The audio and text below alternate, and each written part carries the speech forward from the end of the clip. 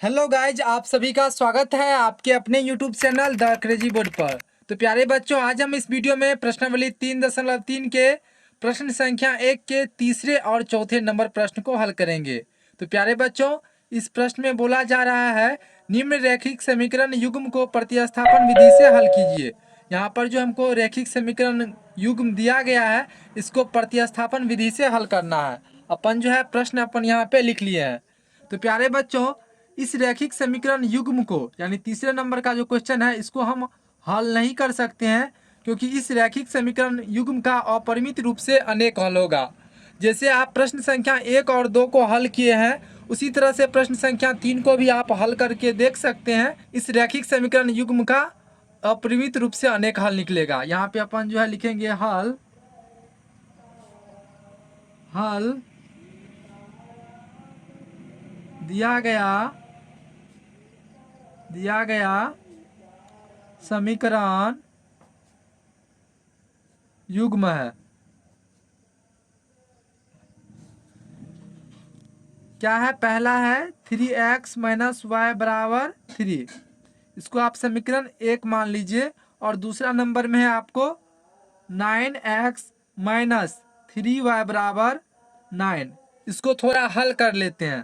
तो यहाँ से जो है हम 3 कॉमन ले सकते हैं। तो 3 अगर कॉमन ले लेंगे तो यहाँ पे क्या हो जाएगा? 3x माइनस, यहाँ से 3 कॉमन आ जाएगा तो यहाँ पे बच जाएगा y बराबर 9। अब 3 अगर इस साइड आएगा तो 3 तिया 9, या 3x माइनस वाई बराबर क्या हो जाएगा? 3।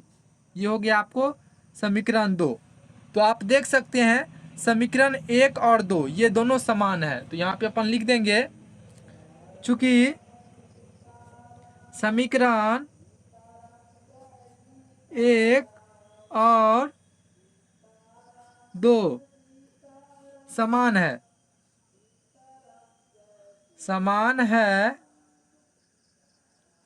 अर्थात इसका मतलब क्या हुआ? अगर समीकरण 1 और 2 समान है, इसका मतलब हुआ कि a1 बट्टा a2 बराबर होगा b1 बट्टा b2 के। ये बराबर होगा c1 बट्टा c2 के होगा।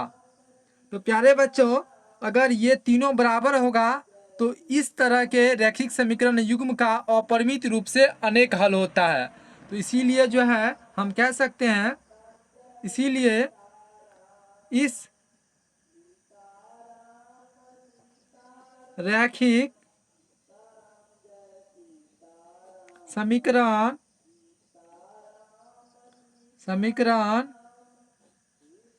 युग्म का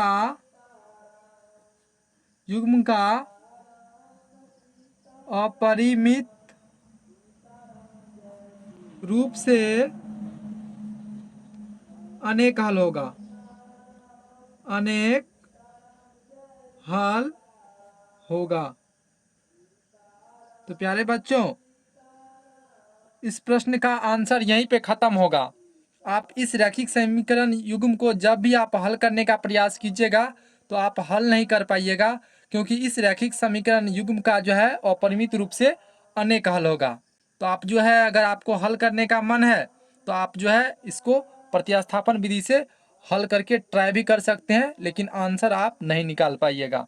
तो प्यारे बच्चों, अब जो है हम प्रश्न संख्या 4 को हल करेंगे। प्यारे बच्चों, दूसरा समीकरण युग्म है 0.2x प्लस 0.3y बराबर 1.3 और है 0.4x प्लस 0.5y बराबर 2.3। तो इसको अपन हल करते हैं।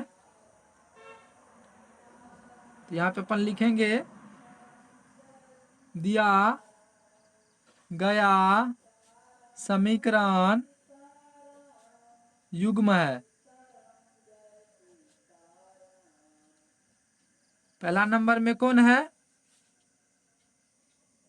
दिया गया समीकरण युग्म है, पहला नंबर में है 0.2x प्लस 0.3y बराबर 1.3।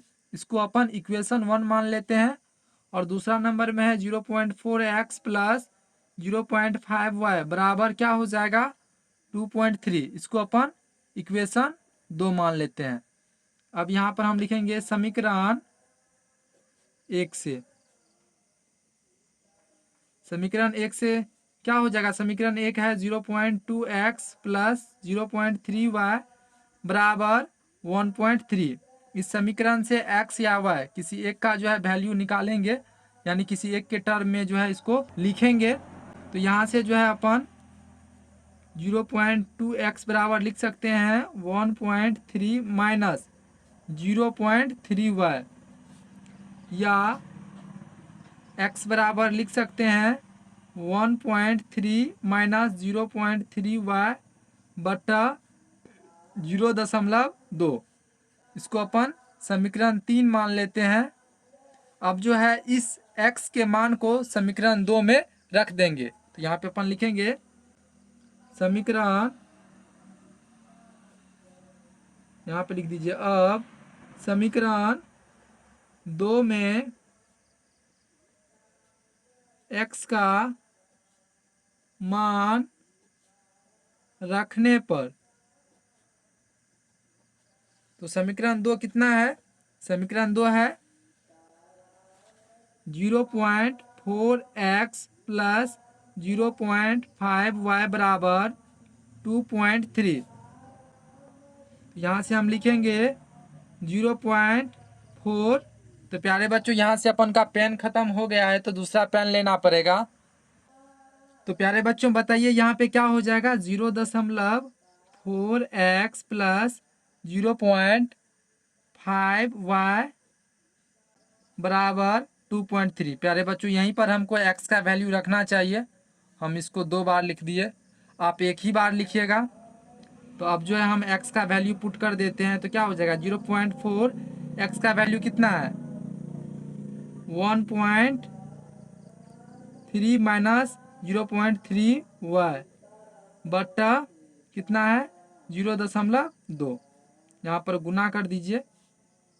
प्लस क्या है? 0.5y बराबर 2.3। यहाँ से 2 दूना 4, 2 बार में ये कट जाएगा। अब 2 से इनको गुना कीजिए तो क्या हो जाएगा? ये हो जाएगा 2.6 माइनस 0.3 दूना 6 y प्लस 0.5y बराबर 2.3। अब यहाँ से देखिए y ये माइनस में है और ये प्लस में है, तो ये क्या हो जाएगा? घट जाएगा। यहाँ पर माइनस 0.6y है और यहाँ पर है प्लस 0.5y, तो यहाँ पर हो जाएगा माइनस 0.1y। उनके बाद जो है 2.3 प्लस में है, इस साइड आएगा तो माइनस में 2.6। तो यहाँ से हो जाएगा माइनस 0.1y बराबर, इसको घटाइए तो क्या हो जाएगा? तो प्यारे बच्चों यहाँ से क्या हो जाएगा? 6 माइनस 3 करेंगे तो यहाँ पे हो जाएगा 3, और जो है 2 माइनस 2 करेंगे तो 0, तो यानी 0.3 हो जाएगा। और ये माइनस में हो जाएगा क्योंकि माइनस वाला का वैल्यू बड़ा है। यहाँ से जो है माइनस माइनस क्या हो जाएगा? कट जाएगा। तो क्या आ जाएगा? 0.1y बराबर 0.3, या y बराबर क्या हो जाएगा? 0.3 बटा 0.1। यहाँ से दशमलव दशमलव उड़ जाएगा तो क्या हो जाएगा? इसीलिए y बराबर हो जाएगा आपको 3। अब जो है इस y के वैल्यू को समीकरण 1 में रख देना है और वहाँ से अपन x का मान निकाल सकते हैं। यहाँ पे अपन लिखेंगे समीकरण 1 में y का मान रखने पर समीकरण 1 कितना है? तो यहाँ पर देखिए समीकरण 1 है 0.2x प्लस 0.3y बराबर 1.3। क्या है? 0.2x प्लस 0.3y बराबर 1.3, या 0.2x प्लस 0.3 गुना y का वैल्यू कितना है? तो y का वैल्यू है 3। 3 बराबर क्या हो जाएगा? 1.3। 0.2x प्लस क्या हो जाएगा? 0.9 बराबर 1.3 या 0.2 x बराबर क्या हो जाएगा 1.3 माइनस 0.9 या x बराबर क्या हो जाएगा, इसको अगर आप सब्ट्रैक्ट कीजिएगा 1.3 माइनस कीजिएगा क्या है 0.9, तो इसको अगर आप माइनस कीजिएगा तो क्या हो जाएगा 0.4 और ये नीचे आ जाएगा यानी 0.2 कट जाएगा, 2 दूना 4, तो x का वैल्यू कितना आ गया, x का वैल्यू आ गया आपको 2। तो यहाँ पर देखिए x का वैल्यू आ गया 2 और y का वैल्यू आ गया 3। तो यहाँ पर हम लिख देंगे इसीलिए x बराबर 2 और y बराबर 3। तो प्यारे बच्चों ये वीडियो जो है अपन यहीं पे ख़त्म करेंगे और नेक्स्ट वीडियो में हम इससे अगला क्वेश्चन को हल करेंगे, क्योंकि ये वीडियो काफ़ी लंबा हो गया है, इसीलिए इसको यहीं पे हम ख़त्म करेंगे। तो thank you for watching this video. जय हिंद मेरे प्यारे बच्चों, आप पढ़ाई करते रहिए और हमारे चैनल को भी सब्सक्राइब ज़रूर कर लीजिए।